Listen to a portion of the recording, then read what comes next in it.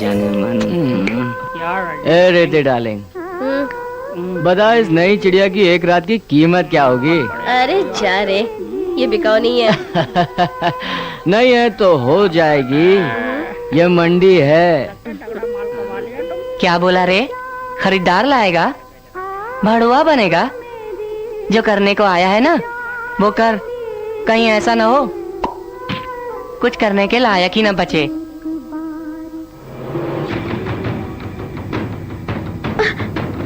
भगवान के लिए ये जुल्म मत करो, मुझे छोड़ दो। जुल्म? ये जुल्म नहीं, ये तो मोहब्बत है, जिसके लिए सारी दुनिया तड़पती है। अरे तुम्हें तो खुश होना चाहिए। अरे तुम्हें तो खुश होना चाहिए। नहीं, मेरे साथ ऐसा मत करो प्लीज। क्यों? मुझे छोड़ दो। छोड़ दूं? क्यों छोड़ दूं? अब तुम्हें पता चलेगा। अब तो तुम जाने मन कली से फूल हो जाओगी। देखो सीमा, इसमें सोचने की कोई बात नहीं है। ये रात तो हर लड़की की जिंदगी में आती है। देखो मेरी जिंदगी में भी आई थी। और खास करके वो रात जो फेरों के बाद आती है। वो एक लड़की को जिंदगी भर के लिए अपना गुलाम बना जाती है, मगर इस रात के बाद वो लड़की एक नहीं बल्कि हजारों मर्दों को अपना गुलाम बना सकती है। डस के मारने वाला बिछुआ जिसे जिंदगी देता है वो तो खुश नसीब होगा ही। क्या? किस जिंदगी की बात कर रहे हो तुम लोग? वो जिंदगी जो औरत के लिए एक अजाब है, नर्क है, कलंक है। उन सब चीजों के लिए सिर्फ तुम जिम्मेदार हो। तुम। मैं तुम्हें जिंदा नहीं छोड़ूंगी, मैं तुम्हें मार डालूंगी। तूने हाथ उठाया और वो भी मेरे बिछुआ के ऊपर। किरण, ले जा इसे और शेरों के जूठन पर मंडराने वाले भेड़ियों के हवाले कर दे, जो गोश्त के साथ साथ हड्डियों का भी बंटवारा कर देते हैं। ले जा। किरण रुक जा। मैडम नहीं मैडम, क्या फर्क पड़ता है इसके 2-4 लाफों से? तुझे फर्क पड़ा होगा माँ, तू तो माँ है ना। वैसे भी डसने के बाद घायल जितना तड़पता है डसने वाले को उतना ही मजा आता है। वैसे भी थोड़े दिन बाद ये तड़पना भूल जाएगी। तब तक नहीं जब तक मैं जिंदा हूँ, वरना मुझे मार दो प्लीज। तेरी औकात ही क्या है? हर औरत बाप, भाई और पति के घर तक सिर्फ और सिर्फ इशारों पर नाचने वाली कठपुतली होती है। दुनिया को अपने इशारों पर नचाने के काबिल तो मैं बनाती हूँ। लाश को जिंदगी देती है सिर्फ और सिर्फ जान की। औरत की जिंदगी त्याग है, दहलीज है, शर्म उसका जेवर है। हुस्न के बाजार में औरत नहीं उसका रूप होता है, रूप। बगैर परिवार के औरत बिना सांस और आत्मा की तरह होती है, जो धिक्कार के लायक होती है। काहे बड़बड़ा रही है रे? जानवर भी अपने झुंड से कुछ समय के लिए अलग हो जाए तो वो लोग दोबारा अपने झुंड में उसे शामिल नहीं करते। बच्चा हर हाल में माँ बाप के लायक होता है। बच्चा हर हाल में माँ बाप के लायक होता है। बिछुआ, इसे इसकी माँ के पास पहुँचा दे। जब इसका भ्रम टूटेगा तब अगर अपने आप खत्म हो जाएगी। अरे तू खराब हो चुकी है, अब तेरे में दाग लग चुका है। अब तू घर के लायक नहीं रही, अब यही तेरा घर है। चल चल ना।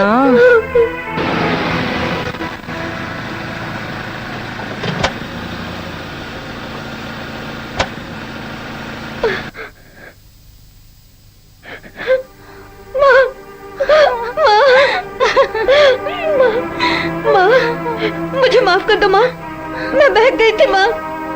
मैं वापस लौट कर आ गई हूँ माँ। अब ऐसी गलती मैं कभी नहीं करूंगी माँ, कभी नहीं। एक माँ होने के नाते मैं तुम्हें सजा तो नहीं दे सकती, लेकिन क्या माँ? लेकिन क्या?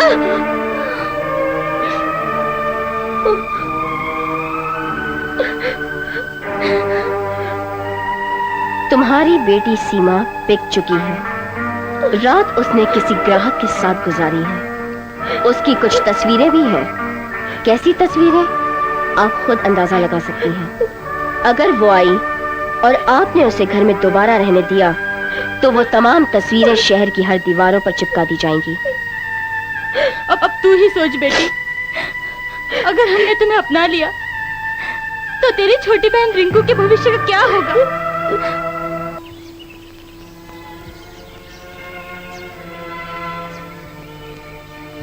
आ गई अपने मायके से? हाँ। कहते हैं ना, माँ बाप विदाई के वक्त बहुत कुछ देते हैं। किरण, इसका सामान तो देख, देखे तो सही क्या क्या लाई है। ये तो आंसू लेके आई है मैडम। आंसू समझौते का प्रतीक होते हैं किरण। अब तुझे इसे ज्यादा संभालना नहीं पड़ेगा। ले जा इसे और थोड़ा आराम करने दे, थक गई होगी। चल चल ना, चल।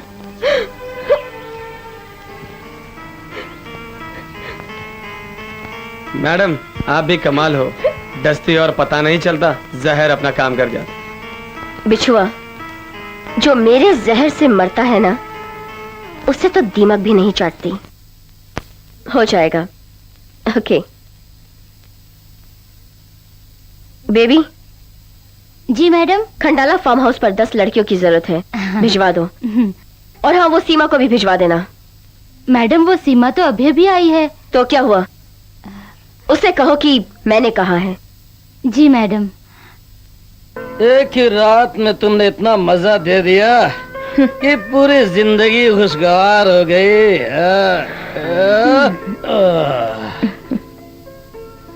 वारी जाऊं तेरे पे।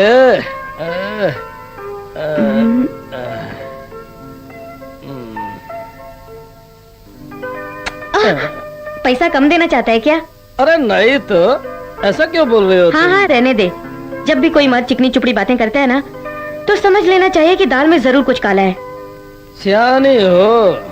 हाँ, पहलू में रहने वाली हर करवट को जानती हूँ मैं। अच्छा। चल टाइम बहुत हो गया, माल निकाल, माल निकाल।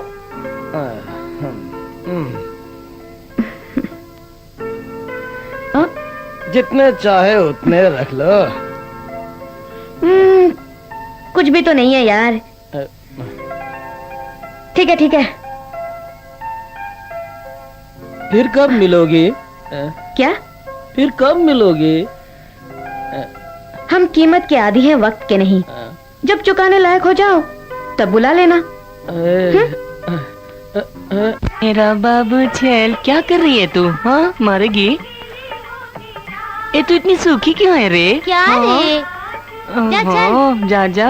अरे पहलवान, ए शालू, रात भर आलू खाती ए रही क्या? शालू, तू कहाँ जा रही है रे? मैं मार्केट जा रही हूँ लड़की के कपड़े लाने। सेठ जी के लिए खाना बनवा दिया है ना? हाँ हाँ कह दिया। उनके मुताबिक बनवाना, वो शुगर के मरीज हैं। हाँ हाँ वैसे ही बनेगा। अब जाऊँ कि नहीं? जा। और बाजार से आलू भी खरीदती लाना। अच्छा ठीक है, लेती आऊंगी। मेरा बाबू। ये सब तैयारी किस लिए? अरे वो अपना बिछुआ है ना, वो अपनी नई दुल्हन को लेकर आ रहा है। ओहो, न जाने ये बिछुआ कब तक अपना शिकार बनाता रहेगा। अरे सब तैयार हो जाओ रे। आ गई सीमा? हाँ दीदी, ये लो। ओह, 1 2 3। इतना रुपया? अरे तूने तो अपनी हवेली की सभी लड़कियों को माँ दे दी है रे। थोड़ा बहुत अपने पास भी रख लिया होता, जिंदगी में जरूरत पड़ेगी। जरूरत तो जिंदों को होती है दीदी, मुर्दों को तो कफन चाहिए जो दान में मिल जाता है। जा चाय पी ले। मुर्दों को भी सड़ने गलने से बचाने के लिए केमिकल की जरूरत पड़ती है। रीति, क्या है दीदी? जा तैयार हो जा, धंधे पर जाना है। तबीयत ठीक नहीं है मेरी। क्या बोली तू? कहा ना तबीयत ठीक नहीं है मेरी। तबीयत ठीक नहीं है, बात बराबर है, मगर ये फैसला करने का हक मुझे है, तुझे नहीं। मुरझाए हुए फूल से भी खुशबू आती है। जा। आप समझती क्यों नहीं है दीदी? मैं नहीं समझती। दीदी दीदी छोड़िए ना दीदी, क्यों गुस्सा होती हैं आप? मैं हूँ ना, मुझसे अच्छे से वो भला कौन कर सकता है। अरे रितु तू जा। हाँ इसकी बातों से बगावत की बू आती है, जिसे हर हाल में कुचलना पड़ेगा। अब छोड़ो ना दीदी, कुतरे हुए पंखों से कोई परवाज थोड़ी ना कर सकता है। उन्हें तो फड़फड़ाने की आदत सी होती है। बस अब आप गुस्सा थूक दो। मैं हूं ना दीदी, मैं जाती हूं।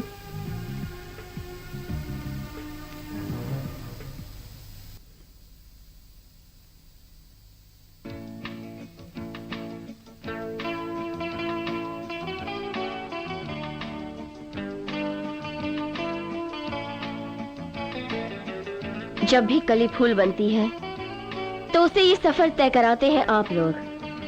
सभी भंवरों का हमारी महफिल में स्वागत है। शुक्रिया शुक्रिया। जब तक हीरे की कीमत न लगे वो एक पत्थर की तरह होता है। अरे उसे कीमती तो आप लोग बनाते हैं। जानकी का आप सबको आदाब। आदाब आदाब आदाब। आज जिसे आपके सामने पेश करने जा रही हूँ उसके हुस्न में सिर्फ नजाकत ही नहीं, बागपन ही नहीं, वो शबनम ही नहीं, अरे वो तो शोला है। बगावत की ताकत है उसमें, हिम्मत इतनी कि बिना पंख ही परवाज कर जाए। मैं जानती हूँ कि आप सब लोग उसे देखने को बेताब है ना? किरण,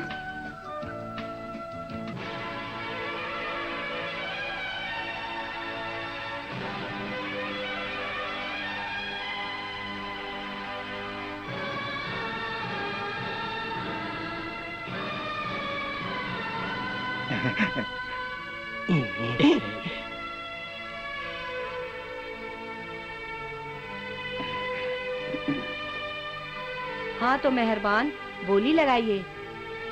1 लाख रुपया मेरा। 1 लाख, 2 लाख रुपया मेरा। 2 लाख, मेरा 3 लाख। 3 लाख,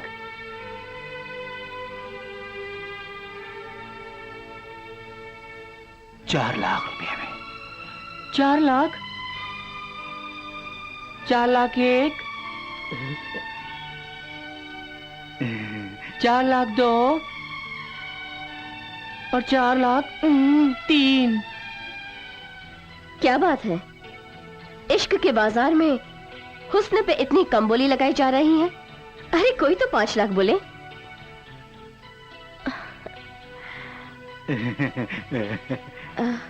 खैर कोई बात नहीं, 4 लाख ही सही। जाइए और हुस्न को ले जाइए और दिखा दीजिए कि इश्क की तपिश क्या होती है। क्या बात है।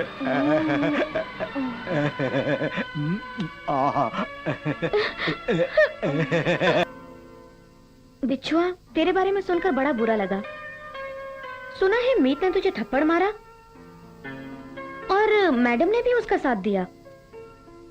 तुझे उससे क्या? नहीं, मुझे उससे कुछ नहीं, ये तो तेरी पुरानी आदत सी है। क्या बोली तू? थप्पड़ खाना मेरी आदत है? हाँ, आंख क्यों दिखाता है? सच्ची तो है। चकले पर जो जितना गाली गलौज बेइज्जती बर्दाश्त करता है वो उतना ही बड़ा दलाल होता है। और तू तो दलाल नंबर 1 है ना? दलाल नहीं हूं मैं, नमक खाया अम्मा का, इसलिए नमक हलाल ही करता हूं। अरे वाह, बड़ी तासीर है रे तेरी अम्मा के नमक में। जो कोई खाता है हलाल हो जाता है। हाँ? तू क्या समझता है कि तू जिंदा है? उफ, एक मर्द को तो शर्म से उसी दिन मर जाना चाहिए जब वो किसी औरत के हाथ का थप्पड़ खाता है। और फिर तुझे तुझे तो शर्म भी नहीं आई।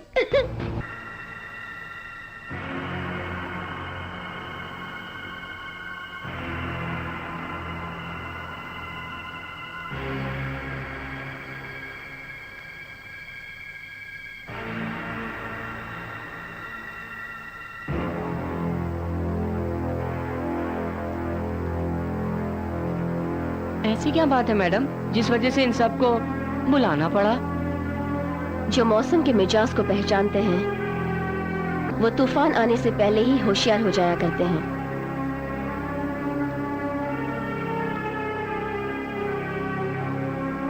मैडम, हम दिन के नहीं पहाड़ है जिससे टकराकर तूफान भी लौट जाया करते हैं। आपका कोई कुछ नहीं बिगाड़ सकता मैडम। मुझे तुम लोगों के वजूद पर नाज है, लेकिन जब आस्तीन में रहने वाला ही सांप साबित हो जाए तो मुकाबला मुश्किल हो जाता है। दुश्मन कौन है मैं नहीं जानती, लेकिन दुश्मनी कौन कौन कर सकता है इसका अंदाजा है मुझे। इसलिए हमें हर हाल में, हर आहट पर चौकस रहना है, समझे? जी, आपने मुझे बुलाया?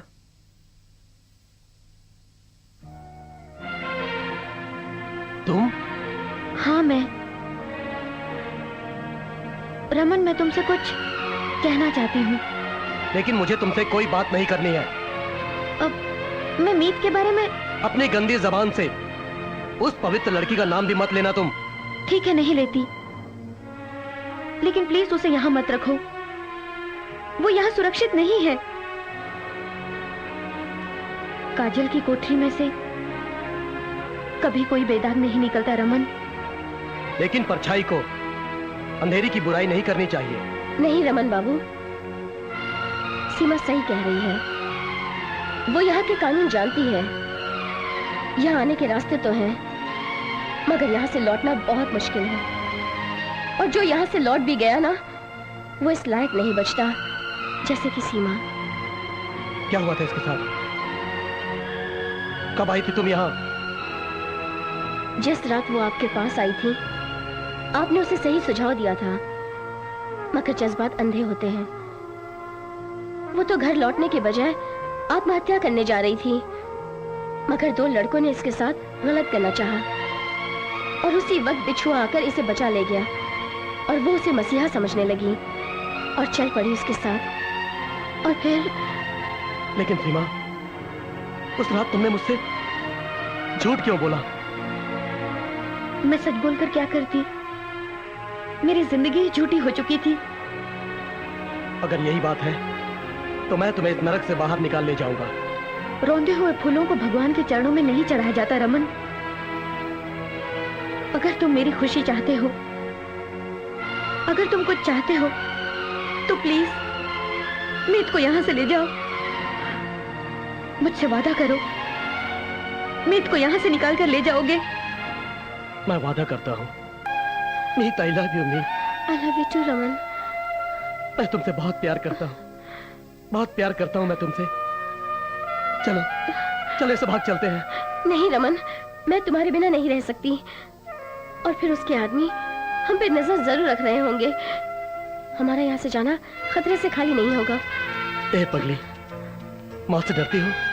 नहीं, लेकिन जब से तुम मिले हो मौत से डर लगने लगा है। लेकिन प्यार करने वाले मौत से डरा नहीं करते। दुनिया की क्या परवाह।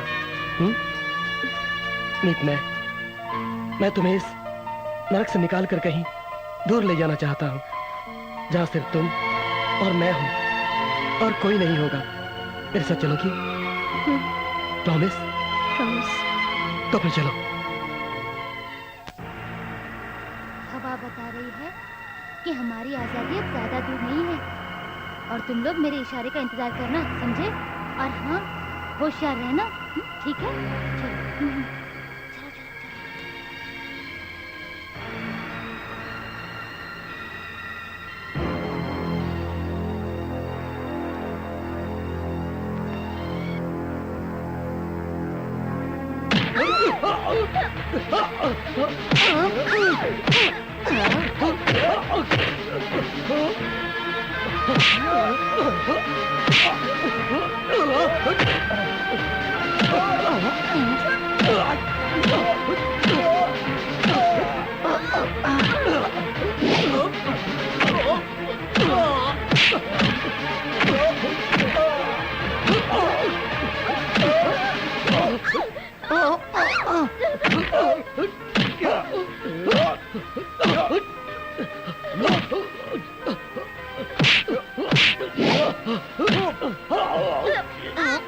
छोड़ मुझे।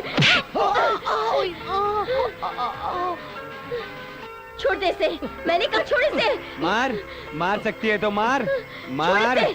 छोड़ने मार, से। तेरे में कितना हिम्मत है, मार। मैंने कहा मार, छोड़ने से। बोलती क्या, मार के दिखा। दूंगी तुझे, मार। मार दूंगी। मार, छोड़ तेरे इसे। में मत, मार। मैंने कहा छोड़ इसे, मार। छोड़ इसे। मत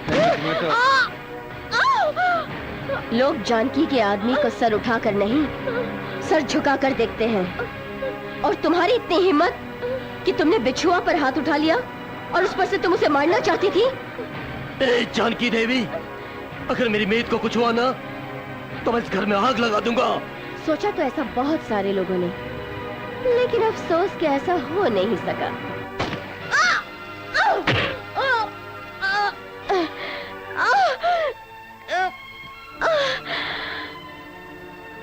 अच्छा हुआ सत्यव्रत जो तुमने मुझे गोली मार दी। मर तो मैं उसी दिन गई थी जिस दिन तुमने मुझे दया सागर के पास भेजा था। कमीनी, मैंने तो एक तुझे धंधे वाली बनाया। तूने सारे समाज को, सारी दुनिया को धोखा देकर हजारों लड़कियों को धंधे वाली बनाया। जीवन तो मेरा कब का व्यर्थ हो चुका था। मौत तो सार्थक हो गई। तू नारी जाति पे कलंक है। बेहतर है तू मर जा।